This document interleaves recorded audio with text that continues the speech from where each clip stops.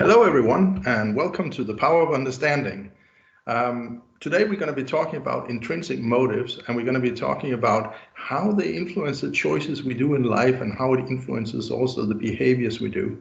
So that's going to be the topic. The topic is going to be lasting for about 30 minutes, and after that, we will have a Q&A session where you get the chance to have your questions answered. So please hold on to your questions, lean back into your chair, your couch, and enjoy the session. I'm going to be switching to a PowerPoint presentation that's going to run here. So just a second, and then we will be ready to start. Here we go. So now, power understanding, intrinsic motives is the things that we have all inside us. They are there from birth. And you may have noticed when you try to change behaviors, or you try to change things in your life, how you can do it for a while, but maybe not for a longer time. So let's have a look at what this is. Now, motivation is a topic that is interesting because most of the training, the educational institutions, even the higher ones around the world, they're still using old-fashioned knowledge. But in the early 90s, there was an American professor asking himself, do we actually have any empirical knowledge about this? Do we have any real science on motivation? And the answer was no. So based on his studies, he came up with a conclusion that there are 16 life motives that gets our clock ticking. Now, those motives we're going to talk more about later today, but they are not the same in you and me. They are not. We have different combinations. In reality, there's 9 billion combinations. So that also explains why humans are so different from one another.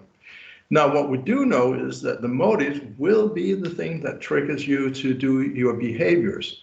It triggers you to do an action because there's something you want to achieve. And that something could, again, be different for you and me, or we could be doing something where we have the same need, but we try to get it in 2 different ways. Now, we also know that if you get too little or too much of what you need, then you could be demotivated. And what's even worse is that we also know from a small study I did in the offshore sector some years ago, that when we look at people getting involved in accidents and near misses, actually the only single thing we could find that they had in common was that they were demotivated. So in other terms, motivation is also the single most common denominator for doing the job right. That makes it quite interesting. Now, what we're going to talk about today is the latest, the newest knowledge and science we have in the whole world of profiling. It comes based on the tool called the Lux profile, which is the 2nd generation of measuring these 16 life motives. The original study was conducted in the US, and after 20 years, there was a European request to see if we should update the knowledge, if there was something that had to be re-evaluated. And with some changes, the latest version came out in 2017. So we're talking about really, really new and double empiric studied knowledge. So it's not just something we're standing here saying random things about. Now, we also know that these motives are measured on continuums, meaning they are treated like traits with a very specific measurement for each of the 16 motives. And again, because of all the measurements you can have and the combinations, we're talking about 9 billion possible combinations in here.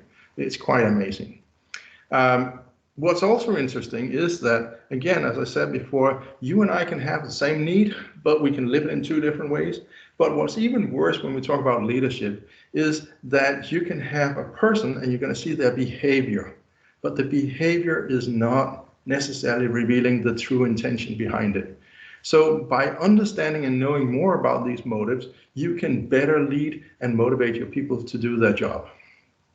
Now, of course, it's the interaction, we have the motives, and then we can also see how then you live that motive based on your scores on the other motives. So we actually have a very precise image, not only of need, but also prediction of behaviors.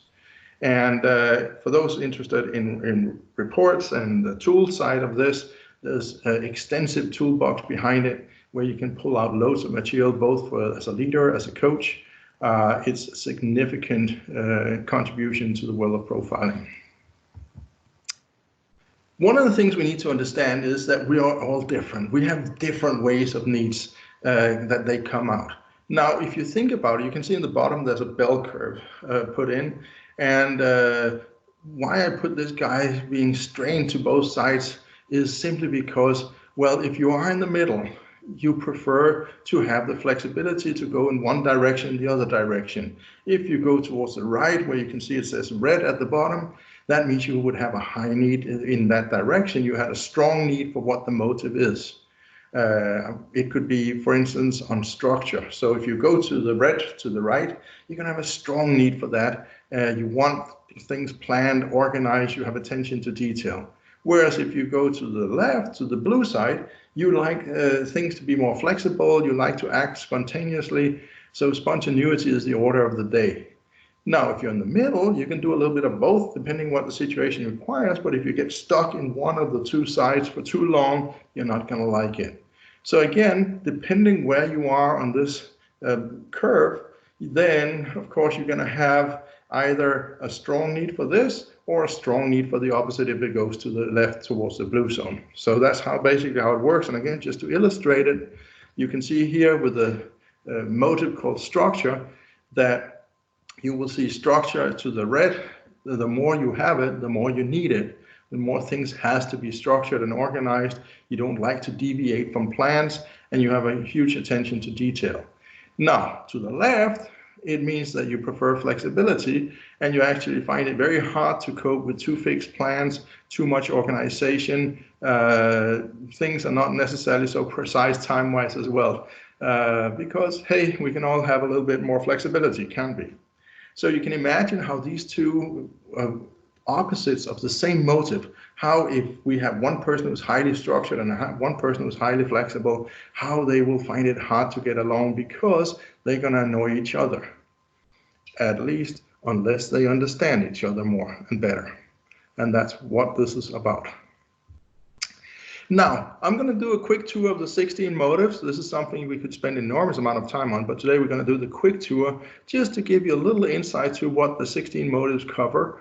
So here we go.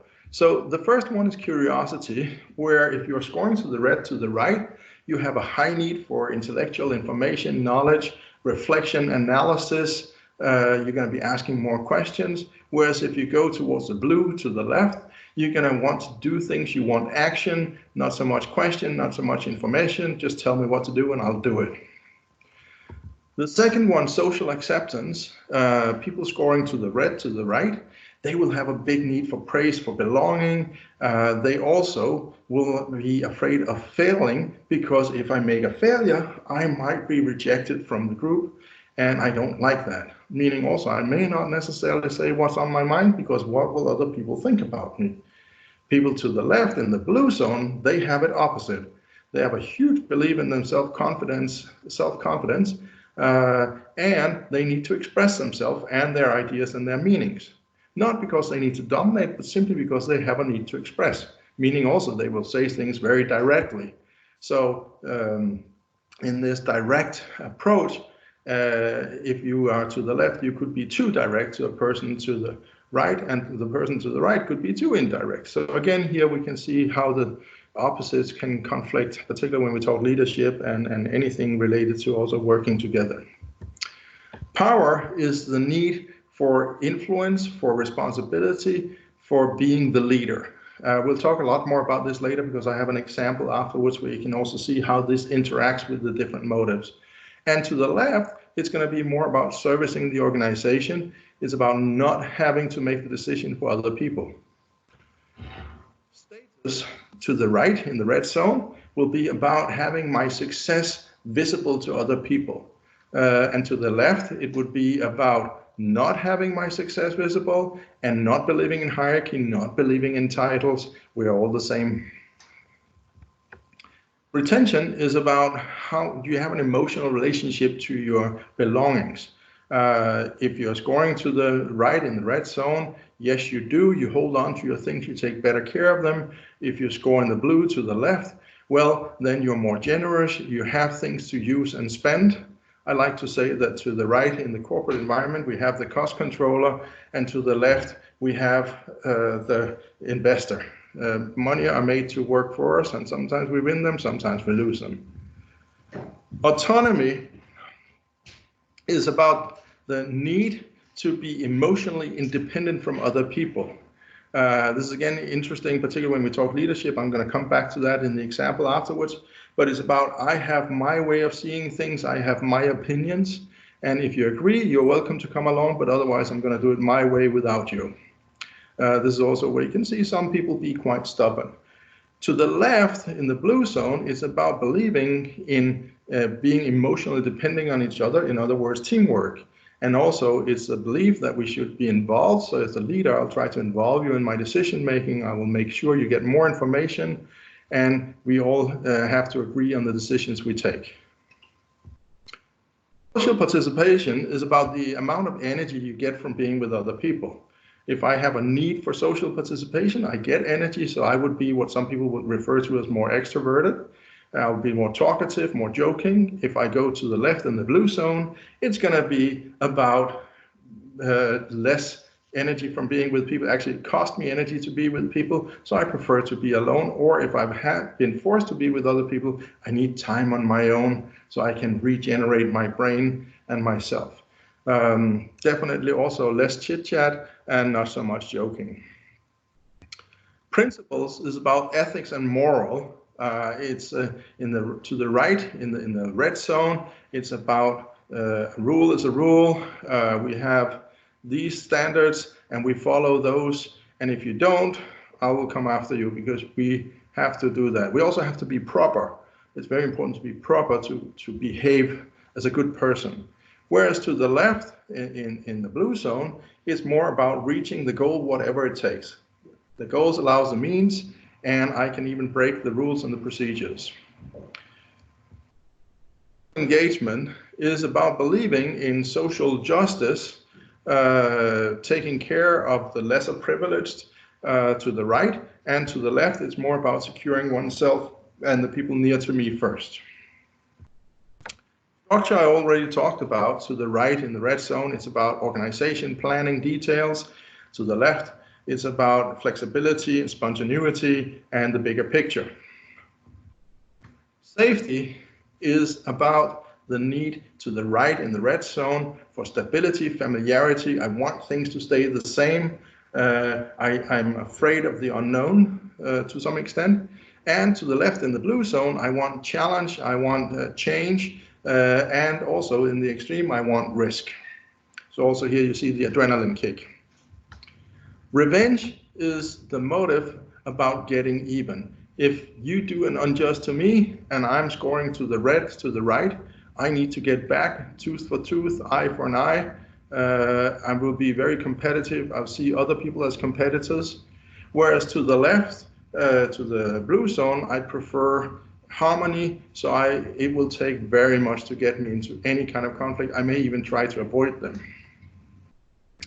Physical activity is to the right in the red zone, that I believe that hard physical cardio, let's go running, let's do a triathlon, let's do a marathon. And to the left, well, let's sit in the couch. I preserve energy.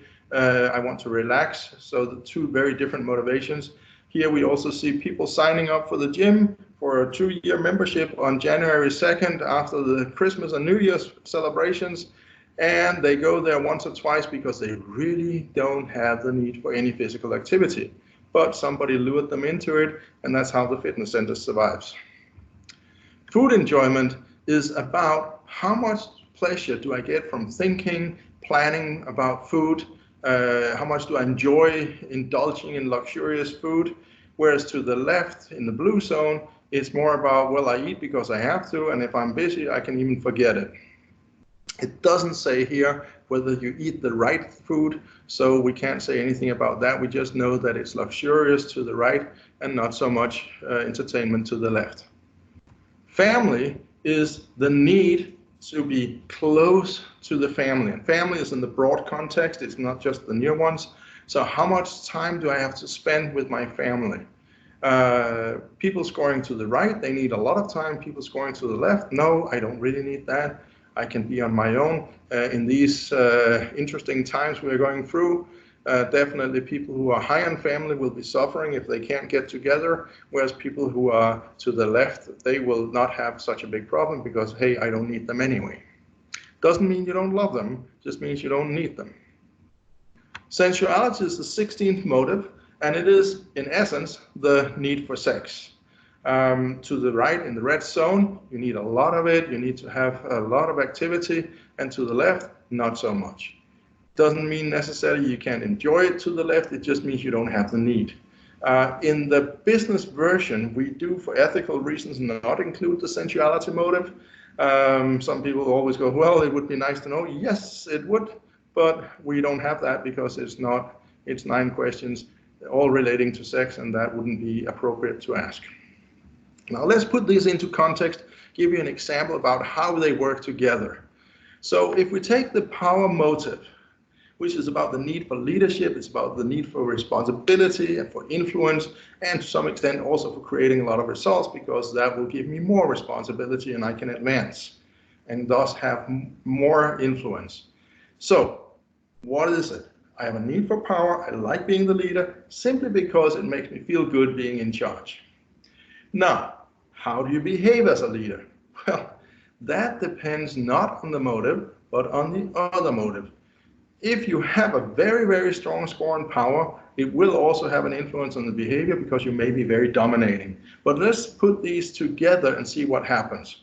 So again, based on the power motive, if we combine that with a motive for autonomy, if you have autonomy red, meaning going to the right, then you will be the one making the decisions, and then you'll tell the team what you have decided, and decisions will be more based on data, not emotions. People to the left will be more intuitive in their decision making and will want to involve and include the team in decision making and believing that we all should live together, and that means that there's a bigger level of involvement. And in some cases, you need a leader who's the one telling the team what to do, particularly if you have a new team. Whereas if you have an old team or a team of experts and you tell them what to do and you do that all the time without involving them, they're not going to like it. Now, the next one, curiosity. Now, a leader who is high on power, so meaning red on power, and also red on curiosity, will be more analytical, will ask more questions to the team members, will also expect more questions the other way. So also more information will be flowing around, and they will also be looking at a variety in how we do things. How can we make a variation of that? Whereas people who are scoring in the blue direction to the left, they like to just do routine work, and they will just say, okay, this is how we do it. They will not like if you ask questions about it, except if it's for the specifics, but definitely not the why questions, because it's not really relevant. And also they will keep doing until they are told otherwise. So very good for routine leadership, assembly line leadership, etc. Social acceptance. People who is red on power and blue on social acceptance will have a strong belief in themselves, and they will also have a need to express themselves very directly. This is what I believe, this is how it is. Now, they also love trial and error, because, hey, failure is not the end of the world. Whereas if you go to the other side, to the social acceptance and the red score, it means, no, we cannot have failure. Failure is failure, and I risk being rejected because of that. So there will be a need to limit and not look positive on failure the same way. However, they will be much better at giving praise and feedback because they have a need themselves, whereas people in the blue side, they don't have that need. Social participation. Well, if the power person is also red on social participation, they will be much more socially engaged in the way they do their leadership, and they're much more chit-chatting, spend more time on the social interaction, whereas people who are scoring to the left in the blue zone will not so chit-chatting and may be considered reserved, and for that reason people may feel that they're keeping a distance. Status. Well, status and power is interesting in the combination that when those two are combined, they do give very ambitious people. And in itself, nothing wrong in that. It's absolutely okay to have ambitions, at least the way I look at it. However, if your status score is higher than your power score, then you may want the promotion before you actually have delivered the results. So just be aware of that. If you keep pushing for promotion and maybe sometimes even too fast, or your boss tells you, wait a minute, you just got this title, wait for the next one. It could be the reason. There can be many other, but this is just an example. Principles. People who are scoring red on power again, so meaning they want the power, they want to be the leaders, and they're scoring red on principles, that means that you have to follow by the book. We do it by the book, and we follow everything, rule and procedure. And an agreement is an agreement. If you break it, I'm going to be quite judgmental. People here scoring blue will be much more flexible and will also challenge the procedures, the rule book, and also accepting that. In terms of taking responsibility, people to the red zone in the right, they will be more keen to take the responsibility, whereas people to the left may find excuses for things that went wrong. Structure. Well, when you have a leader who's red on structure and red on power, they're going to be demanding that everything is organized, planned, and there's a complete control of the details. Whereas if they have a score to the left in the blue zone, they're going to be much more flexible, they're going to be much more spontaneous, and that can actually also stress the team, because what are the plans? We keep changing them all the time. What should we do? What should we follow? We don't know. Revenge. Well, high power, meaning, again, I want the influence, and if I'm also red on revenge, meaning I need to get revenge, I might also see you, my colleague, as a competitor, much quicker, much faster, so I could have to do something there. Again, people who are scoring to the left in the blue zone will be much more harmony seeking, and of course, be much more focused on maintaining the harmony inside the team. And if you do combine the red revenge with the blue score on social acceptance, if you cross me, I'm going to be very direct, I'm going to be in your face, I'm going to tell you. And of course, combining that with being the leader and in power could be very scary for the people exposed to this.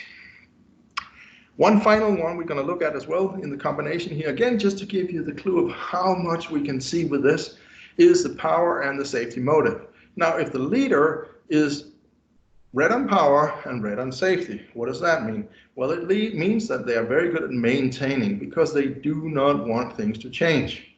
So they're very good at maintaining, and sometimes you need that. If the leader, and I have to say in my experience, very often they are scoring to the left in the blue zone, it means that they need change, they need development, at least evolution, sometimes revolution. Also, they love big challenges, and sometimes they take them on without consulting the team, and again, just want the risk, want the adrenaline kick of this huge challenge. So as you can see, there is no right or wrong, there's just different ways of leading, and when we start putting all these together, they're gonna all come out in a different way and change how people behave, how they act, and again, of course, it will be influenced by the context they're in as well. How do we actually live out these motives? One more important thing, and this is leading into the session that we're going to do tomorrow, is to understand that for each and every one of these motives, we can have too little or too much. So of course, in the ideal world, we get exactly what we need. And if we do that, then we are feeling really good. So tomorrow's topic is what I call balanced leadership. It's about understanding in yourself and understanding in others, how much should I have, how much should my people have on the motives to keep them happy. And as you can see on the illustration here to the right, it's really about keeping a balance, because again, too little, too much can create stressful situations. And I'm quite sure that a lot of people are locked into situations right now where they may not be getting the chance to get what they need, or they get too much. For instance, if they have to stay home, no social interaction, that can stress people if they have a need for that.